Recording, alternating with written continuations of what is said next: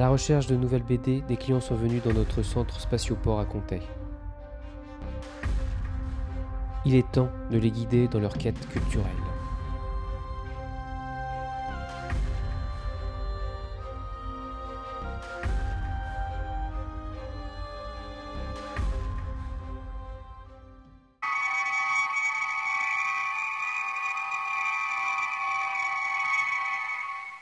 Bonjour.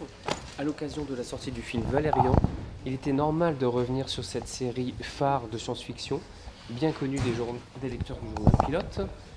Embarquons dans le Tempus Fugit pour faire un rapide tour de la saga. Comment résumer une série de science-fiction de 23 albums? Depuis le début déjà. La série prend place en 2720, au XXIe siècle après Jésus-Christ, sur la Terre dans sa capitale Galaxity. L'organisation du service temporel de Galaxity a ses locaux. C'est ici qu'on trouve Valérian, personnage central de la série du moins au début. Après un cataclysme nucléaire sans précédent qui a eu lieu en 1986, l'âge noir a permis à l'organisation de la Terre de s'émanciper de leurs différends. Ainsi, la Terre est devenue un acteur majeur depuis cette date.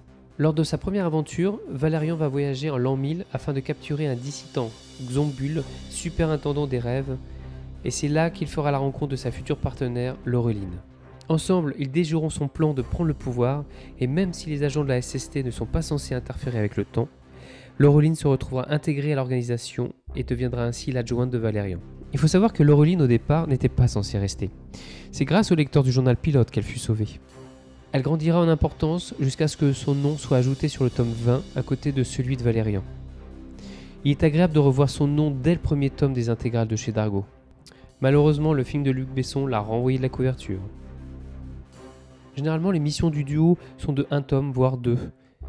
Le but est souvent humanitaire ou d'exploration. Les 4 derniers tomes de la série donnent une fin à nos agents, mais restent tout de même ouvertes.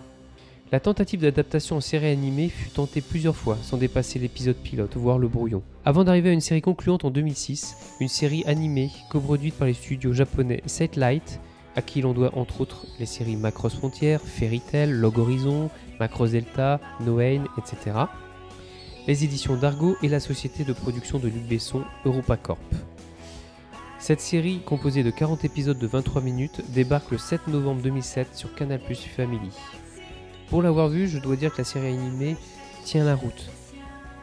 Pas au niveau des effets 3D qui sont franchement maintenant très moches, mais le reste, l'animation et le design des personnages est vraiment agréable.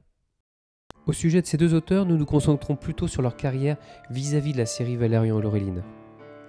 Jean-Claude Mézières au départ voulait créer un western, mais le journal Pilote pour lequel il dessinait avait déjà Blueberry de Jean Giraud, et Spirou avait Lucky Luke. René Goscinny, l'un des papas d'Astérix et rédacteur en chef alors du journal Pilote, désirait de la nouveauté. Jean-Claude Mézières décide, avec son ami d'enfance Pierre Christin, de raconter des histoires policières teintées de fantastique.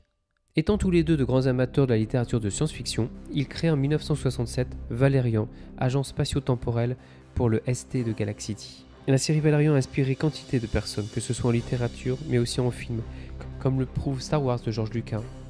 Vous avez dû en entendre beaucoup parler ces derniers temps, et les similitudes du vaisseau de Valérian et du Faucon Millenium, la carbonite d'Han Solo, le bikini de Leia, etc. etc. Voilà. C'est fini pour aujourd'hui.